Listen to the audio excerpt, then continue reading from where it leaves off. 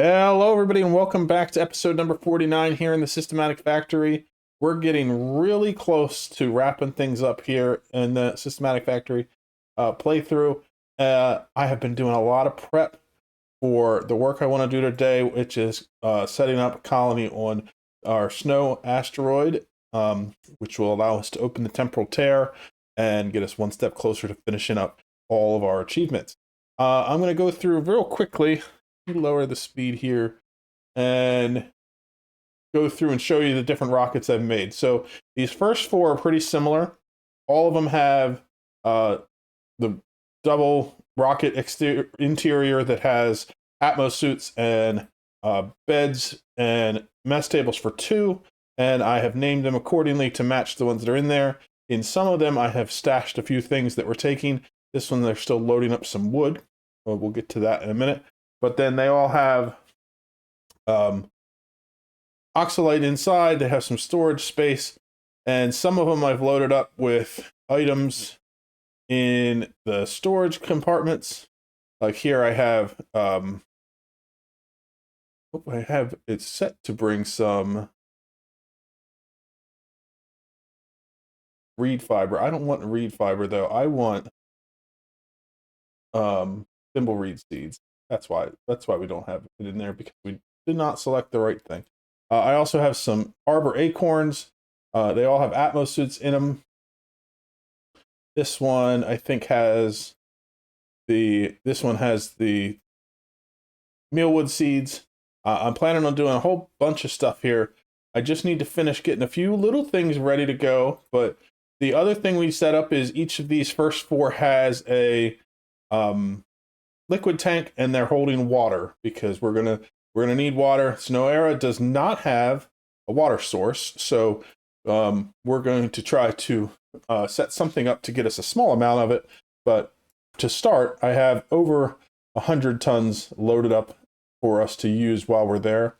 I also have a bunch of orbital cargo modules that are storing things like steel, some mafic rock for building, some plastic, some glass, some ceramic. I also have some lead and some coal and some wood here. I also have more of that I've been loading into this other rocket. So we have a lot of different things we're going to do, but first things first, we're going to launch our rockets, and I have them all set to go again. They will have, once they're crewed up, they will take off. They're all heading out to the snow planetoid except for Jerry and Beth. Jerry and Beth are making a quick layover, stopping at our main planetoid because I want to grab some crude oil, because I'm going to use some of that too. So I have set this one to not get emptied, and we've actually stockpiled a lot of crude oil, but we're going to deconstruct this. And I want to go down here. I have this set to put crude oil back into our system, and I don't want it to do that because they'll pick it up and run it down there. But so they're going to deconstruct this, and we'll get some crude oil sitting on the floor. And when Jerry and Beth's rocket gets here, I can quick load it inside, and then they'll take off. Rockets, when we land them, I want to set up so we have several rocket platforms so that we can get the rockets that have water unloading the water for us. The water we're going to use to produce oxygen. We're going to need power to keep the rockets powered. The problems that we have to face for that are this asteroid has a lot less light than either our main one or our secondary one. So the solar power is not going to be super effective. We'll still set them up, probably set a few at least to get some basic power going, but it's not going to be enough to run a colony. The main goal here, though, is to get things running so that we can get into here and get the temporal tear opener running, which is going to require some radiation. So I think the first thing we're going to do is just get a rocket down here. Let's bring in Jerry and Beth, because they are ones that can do some work for us.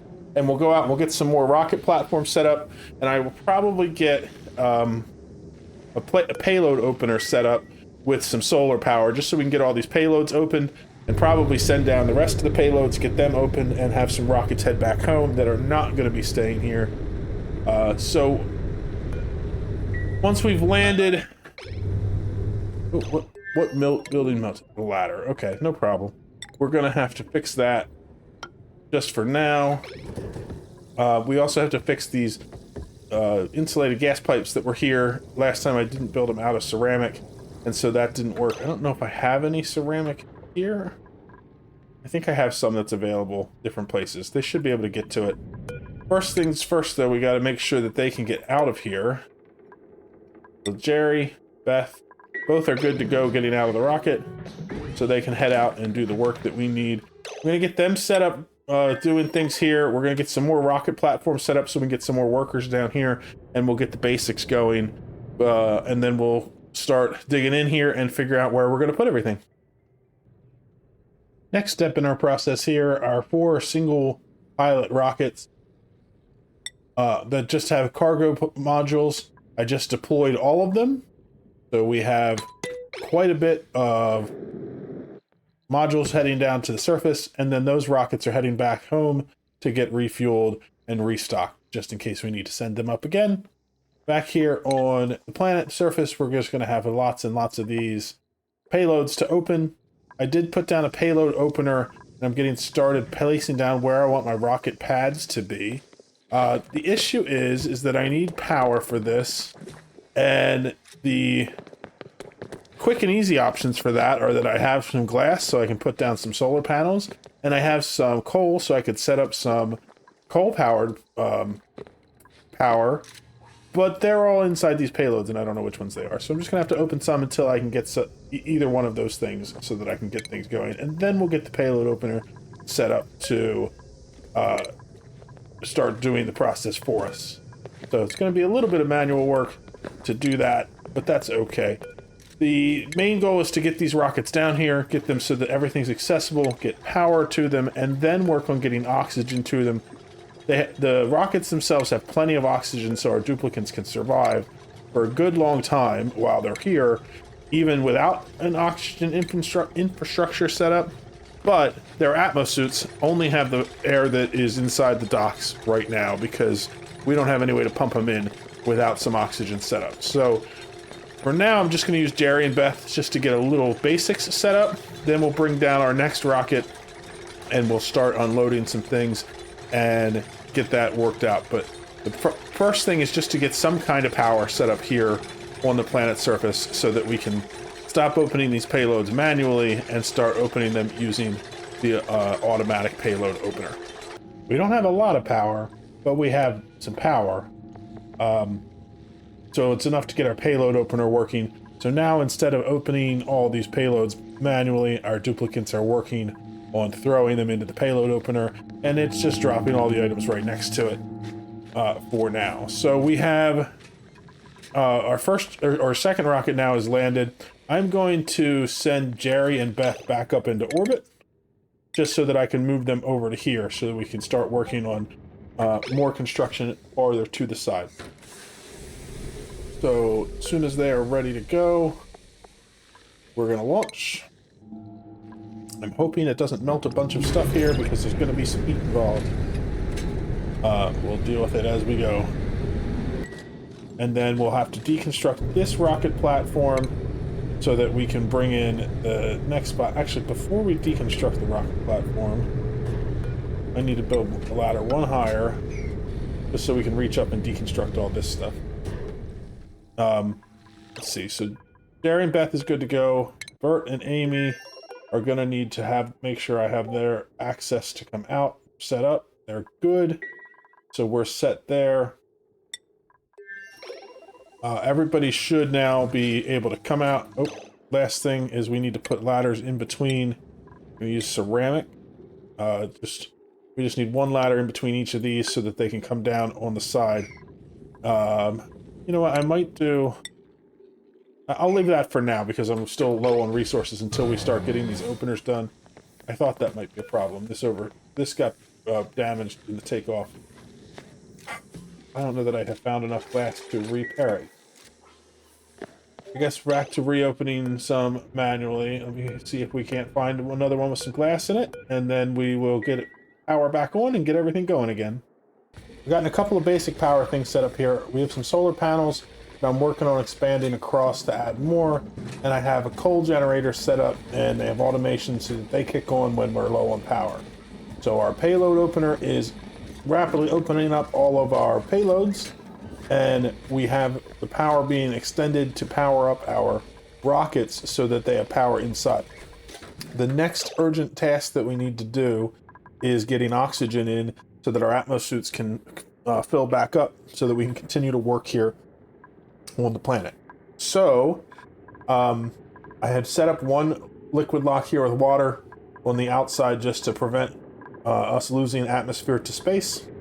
I'm setting up another one over here, and I'm going to make a little oxygen room. I'm going to do a real simple setup for oxygen using a flooded spom, a hydra is what most people call them. So it's basically, we're going to have an electrolyzer, just one that is flooded, and it's going to make it so that the hydrogen goes one way, oxygen goes another, and we'll be able to pump the oxygen into our rockets. So that is going to go right in here.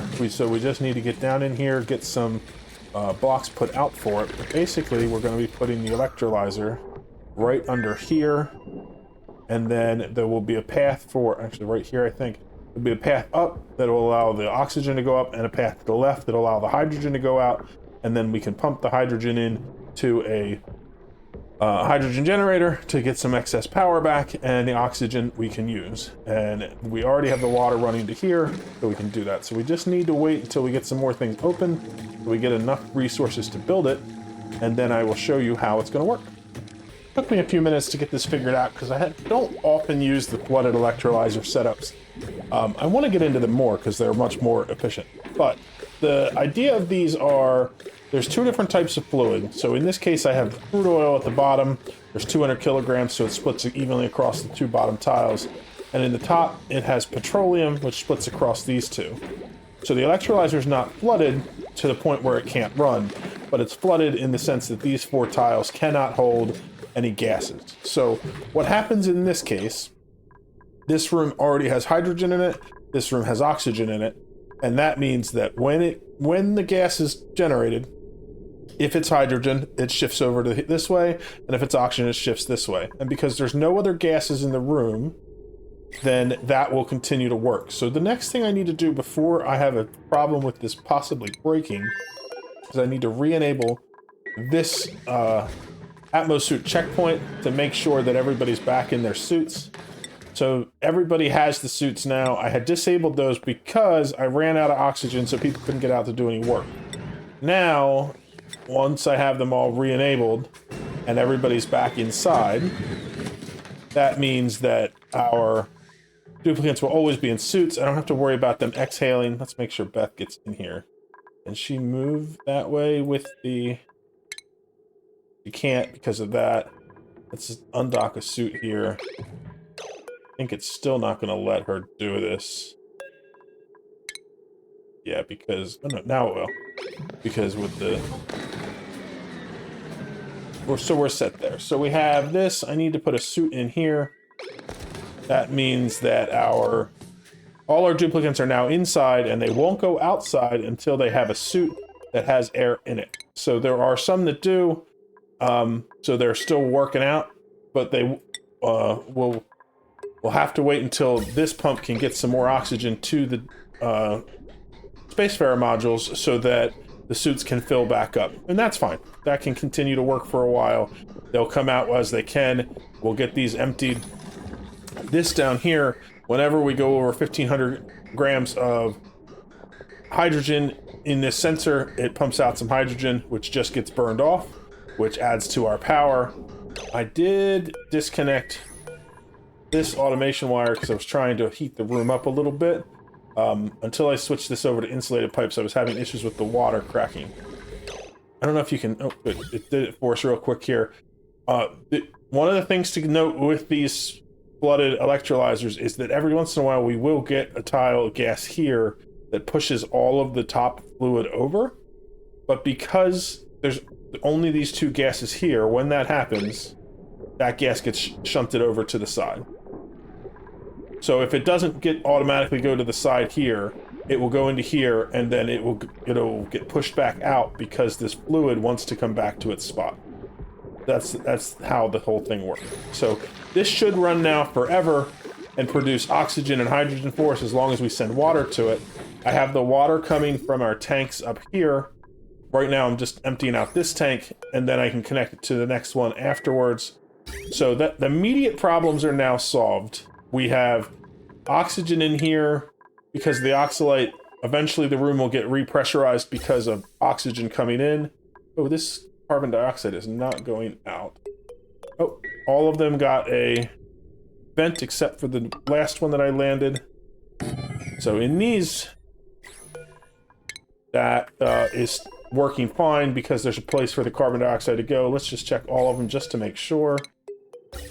That one's good. And this one also good. So they all have their ventilation systems running. Duplicants have places to sleep. They have food for a few hundred more cycles. They have water that will last for a few hundred cycles as well. And we can reconnect this to pull water out of their storage tanks when need be. Oh, I have a blueprint. Let's quick do this on camera. All right, squirrel moment. Hey, I don't have that one yet. That's excellent. But so now everybody will be fine. We can get our suits filled back up so that they can do some work. And that means that we can get things moving here. Our next goal is to get down in here and open this up. And we're going to work on getting some radiation production going on. We've gotten most of the map cleared out. And we grabbed the artifact from down here. And we have a couple of volcanoes that are here that we're not really super interested in.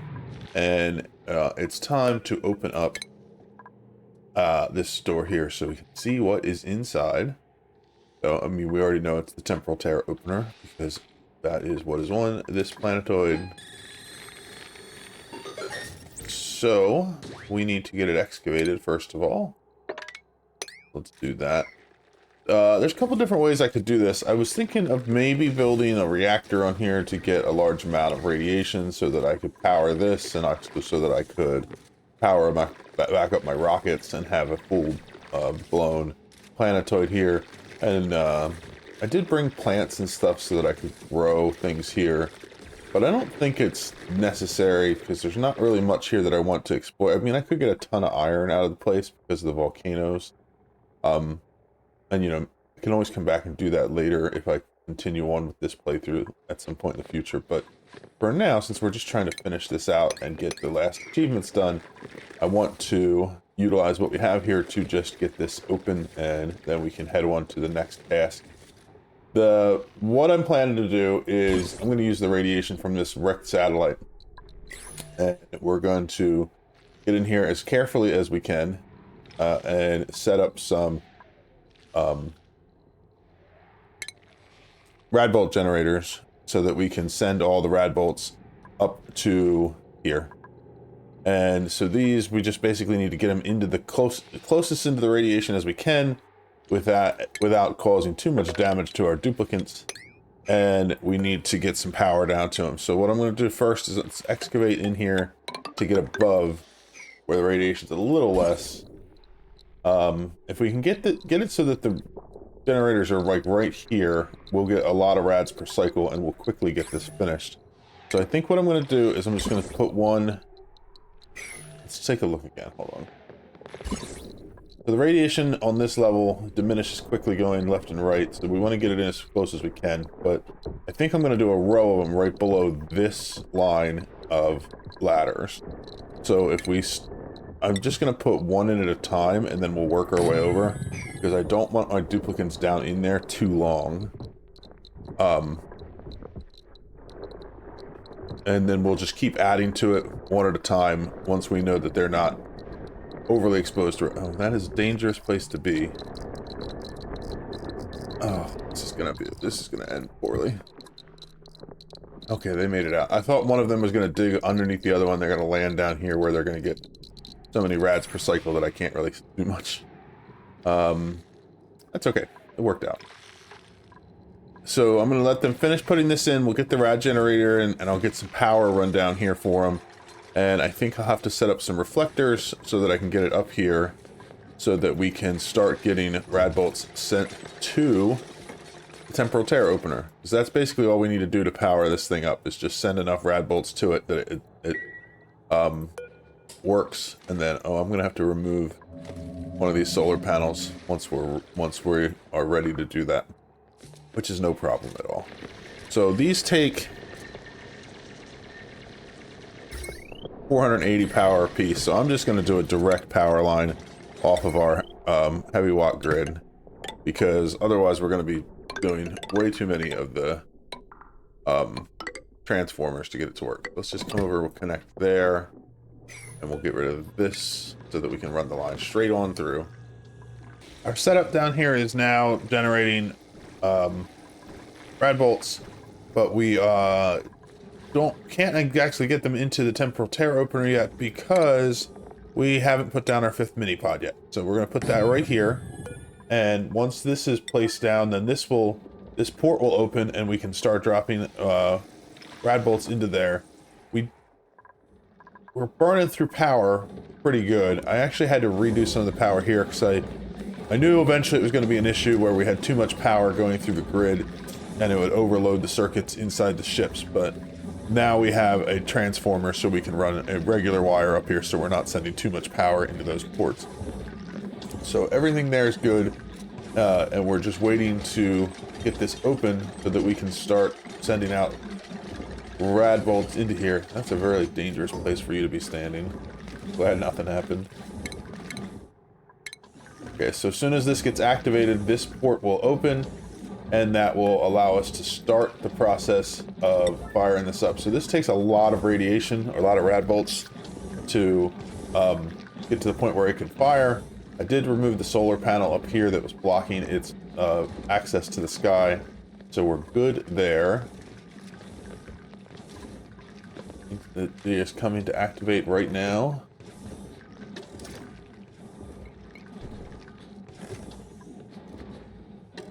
The nice thing about the radiation down here is that this is just a stable source of radiation.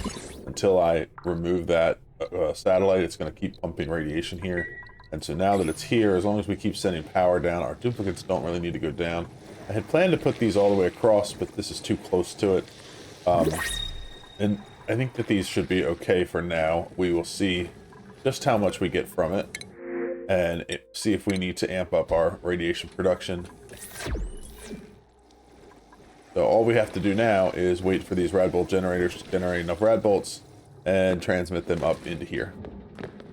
So much as I suspected, this didn't do what I wanted it to do, because these just require too much power for what I have. So I disconnected this and I have started construction of a reactor.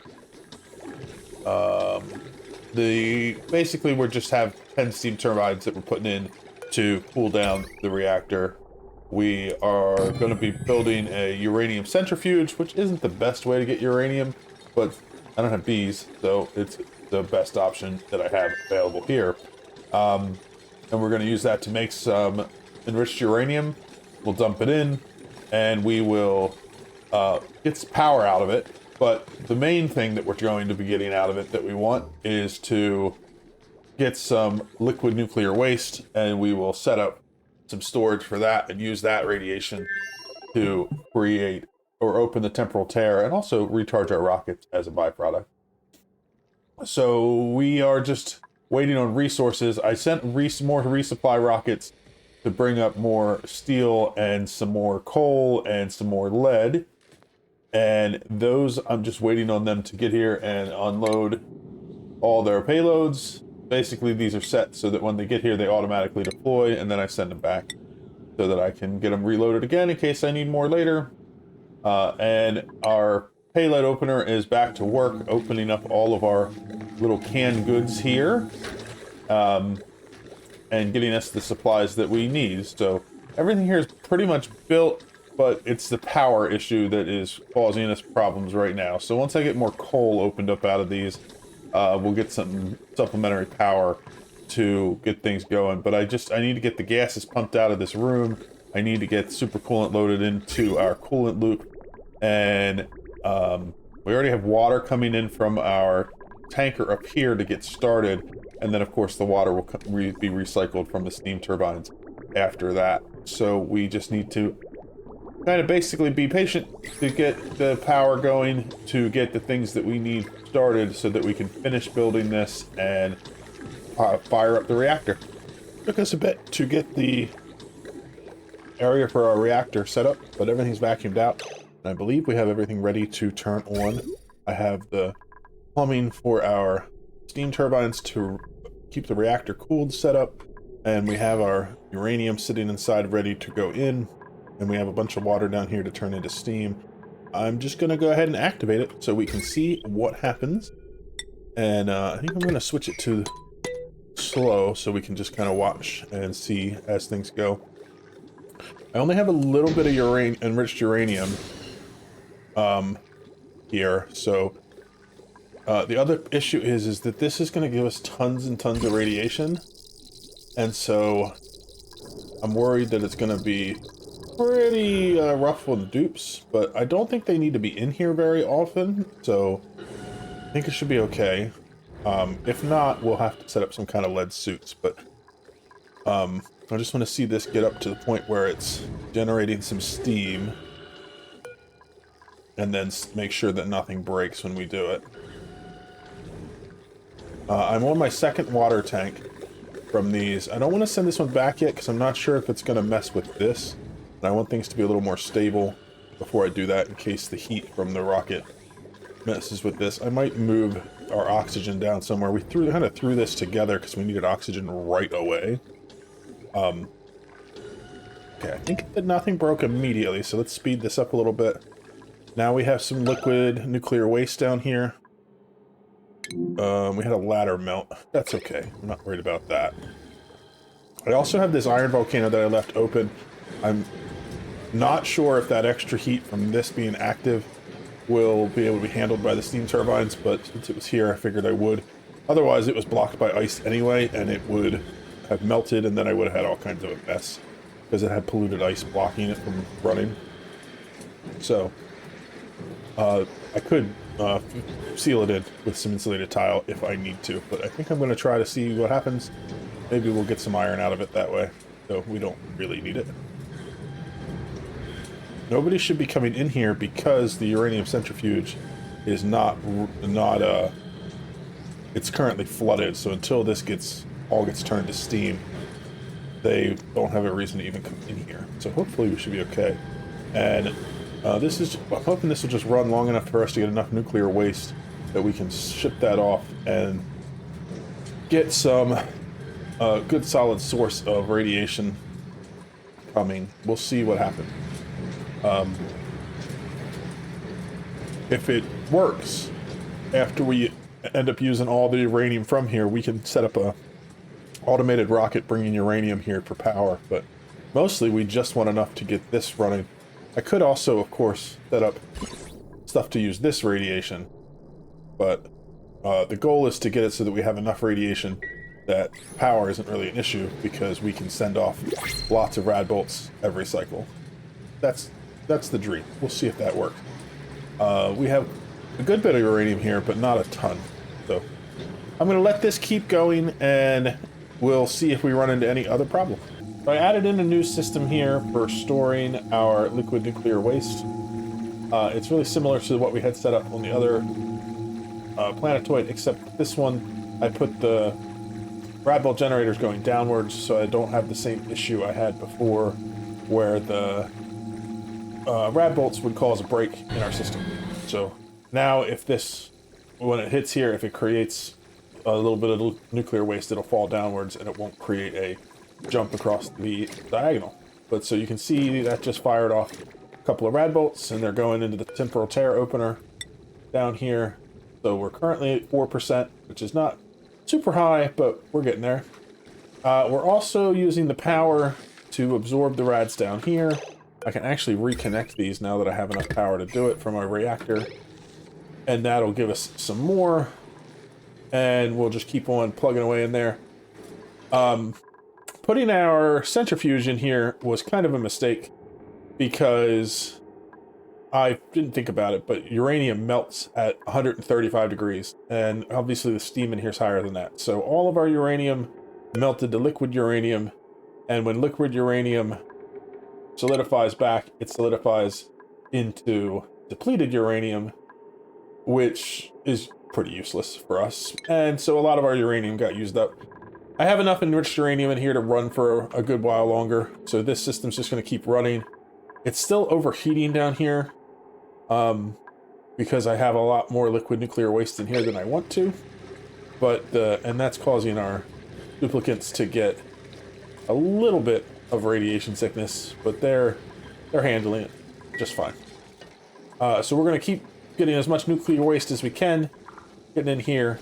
I do have to say, I really like this new bottle drainer that they added in the latest patch.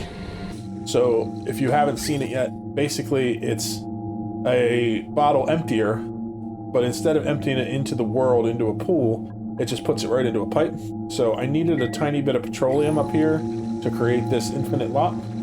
And so I just put the drainer here, and then I drained a few blobs of petroleum in, and now I can disconnect it, and I can go back to putting in our liquid nuclear waste from here. And it was so much cleaner, so much nicer. Very, truly better for quality of life, like they said. So that's fun. Definitely going to be using that a lot more in the future. So this thing will keep giving us rads until the temporal tear opens, and then I'll be able to redirect these this way, and I'm going to put a couple of reflectors to make it so that they can recharge our engines, which means that we could probably use this as a launch point to get to the other parts of our system and clear out this last unexplored section before we call it a day as well. But for now, I'm just going to let this run so we can get enough radiation so we can open the temporal tear and get that achievement finished. Well, I've let the radiation go just a little bit too long, and now Amy has radiation sickness. So Bert is cleaning everything up.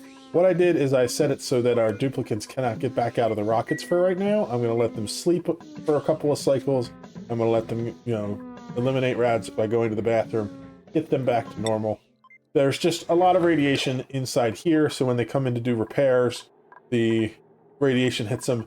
Also, I was doing some construction down here to expand this to use more power. I was going to do another one, but it looks like that's too much power drain, and things are shutting off. So, looks like I might cut this too, just to make sure that I'm not drawing too much power. But this is giving us some radiation from the wrecked satellite. Up here is giving us more radiation from the rad bolt generator. Uh-oh. I may need to let somebody out to fix this problem. I wasn't thinking. I put this power transformer here. Probably need to put it down inside here somewhere so that they can actually it can stay cool because of gas around it. I'll fix that. But this is generating currently. I'm getting 900 rads per cycle from here, but as we get more liquid nuclear waste pumped out, we'll get even higher with that. So this is still running. We're making auto sweeper broke. That's okay. That means we just won't get any more uranium in here. It'll shut down when it runs out. We still have 100 kilograms in there running, so I'm going to let this keep running so I get more nuclear waste to shunt off to here, and we'll let everybody heal up for a little while, and then we'll come back, and this should be much closer. Right now we're only at 15%, but as we keep sending more radiation in, it gets closer and closer. So it has come at some cost because we have a lot of radiation problems going on. I am setting a bunch of duplicants to not leave the rocket so that they can go and heal up. But we've gotten our temporal tear opener open. And then I also got a large amount of liquid nuclear waste stored up here, which I have redirected to aim at our rockets to recharge their engines. It's amazing how well things work when you build them correctly, because originally I had the water coming from the steam turbines overlapping themselves, so it was blocking the ports on these three steam turbines on each set, and the one down here. So I was running off of 1/3 of the steam turbines. Now that's fixed, and so this is cooling down properly. This was, because of that, this was overheating. I also had the water that was excess coming back in and just draining right into this area. I have changed that so it drops into this area so it can keep everything turning back to steam efficiently and keeping the liquid pump and the thermo aqua tuner from overheating. So this system will now run until it runs out of enriched uranium. I just fixed our auto sweeper, which reloaded it, and we have another 170 kilograms, so it'll run for quite some time, producing more liquid nuclear waste for us and power. I've disconnected this system, so I'm going to tear this out and get rid of the Rex satellite because we don't need it anymore. We have plenty of radiation up here to keep our rockets full. So I want to finish this episode off just by firing off our temporal tear opener. Ooh. It says I'm ready for a meteor shower. I need more time to prepare. I think I'm ready for a meteor shower. But let's take a little bit more time to repair since we have a lot of our duplicants are already sick. How about we send them back home to refuel and get more food, so that we can have them out of the way, and then when they come back they can land and fix all of these problems from the meteor shower, since we don't have a meteor shield on this planet. So let's get them to launch. Acknowledge warnings, begin launch. Acknowledge warnings, begin launch. Acknowledge warnings, begin launch. Okay, so once all of our duplicants are back in the rockets, our rockets will launch. This system will keep running without overheating by itself, so we don't need to worry about that. Oh, you know what? I just realized probably need a duplicant here to fire this temporal tear opener. So one of these rockets is going to have to stay. Uh-oh, building melted. What did I melt? Oh, I melted the little gas pipe here behind this vent. It's no problem. We don't use that vent anymore anyway. We can deconstruct it. I think the shielding should be good on everything else so that everything works.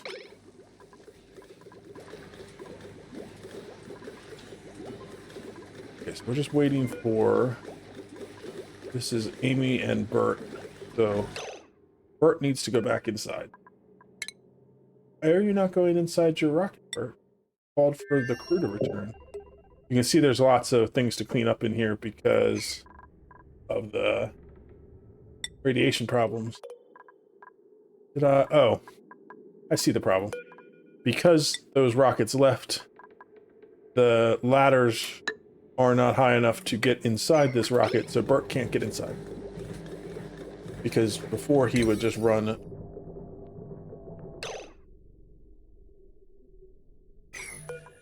He would just run across the other rocket deck, and that's how he got in. These are not facing the right way, so those rad bolts are going to the wrong spots. So once these ladders are built, he'll get inside, this rocket can launch, and then I will fire the temporal tear open. Okay, we got the ladders built, so Bert is back inside his rocket, and it is leaving. We have some overheat damage here that we may have to repair, though frankly, if we get this open, I don't know that we're going to come back here during this playthrough. I did learn a lot from all the things I did here, but we're getting really close to being wrapped up. So I don't know what else we're going to do here or not. So now I'm ready for a meteor shower, so let's fire off the temporal tear. Ooh, that's a pretty cool looking rainbow. Does that show it on the map? Nope, it doesn't. I wonder how long of a meteor shower we need to deal with. Oh, it says 26 seconds remain. Okay, that's not so bad. It's going to do a lot of damage to stuff, but it'll be fine. And it looks like we could have left because we didn't actually need our duplicant to go down here to open the temporal tear. Let's see if we can launch this in the middle of this meteor shower. It'll be a pretty epic launch.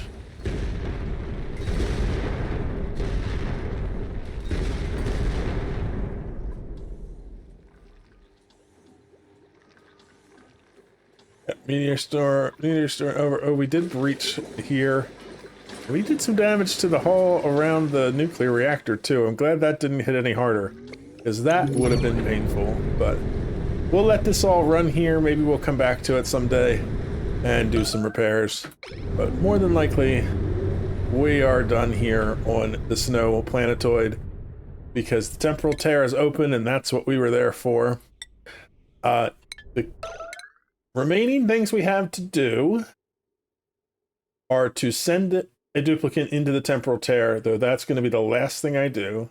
We need to finish cosmic archaeology to get all 20 of the artifacts and clean them up, and we need to do GMO A-OK. So in the next episode, I am going to attempt to finish this achievement, and I'm also going to be collecting the artifacts while we work on that.